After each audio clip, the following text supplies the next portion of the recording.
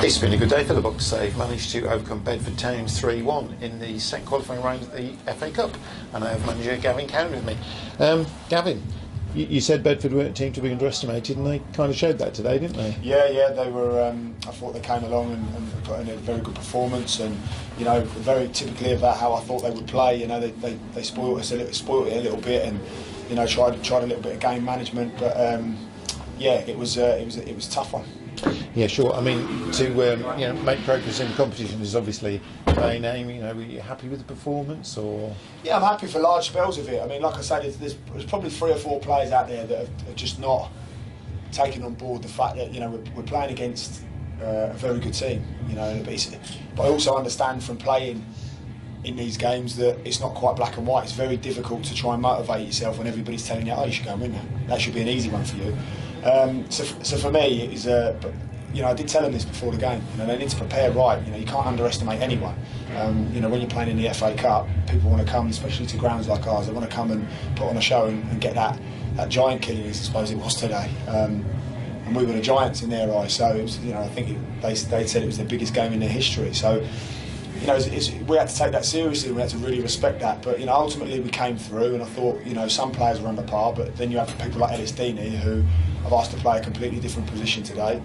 He's not even hesitated in saying yes, and then he's gone out there and been the best player on the park, in my opinion. His attitude and application is everything that I want to see in all of the players. So he wasn't the only one, but as well I thought some of the players were off it today. But they've got to learn that they can't have one game on, one game off, one game on, one game off. Listen, at this level you're going to expect them to have the odd under par game, but I can't have the inconsistency so up and down. So I just let a few of them know that. I didn't even pick out individuals. I just let them know that they know who they are, that they need to be better than that. And but for the most part, we were well worthy of the win. It could have been a lot more, as everybody saw. So yeah, it was good to get a win. Sure. Were you concerned when they got back to 1-1 with 20 minutes left? Or?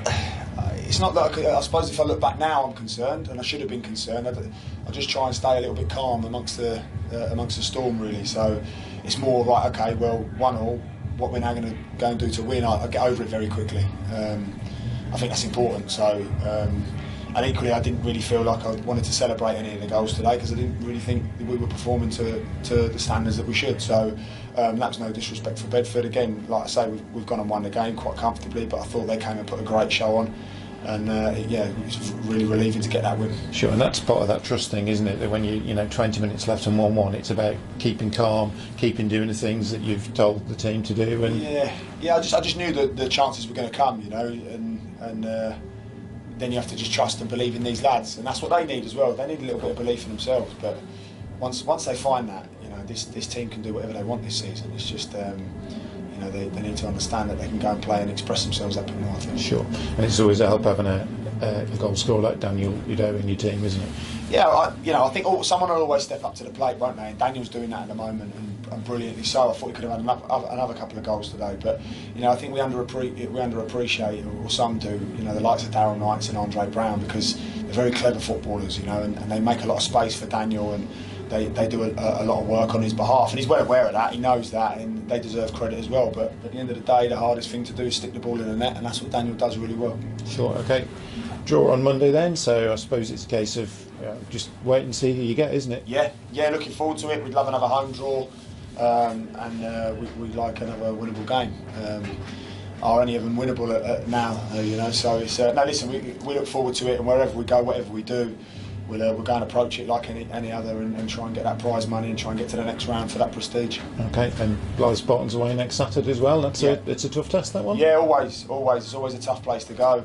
I know they're not having a great time at the moment, but we were there a couple of weeks ago with Darlington, so we know what we've got to go and do, and we know that we can't go and underestimate them. But I think again, without trying to sound arrogant, I do think that if we go there and we perform to the best of our ability, we can. There's not a lot they can do. I feel like if we're at it to the levels that we should be, then it's difficult for the opposition. Okay, wonderful, Gavin. Thanks for your time today. Congratulations. Cheers. Thank you.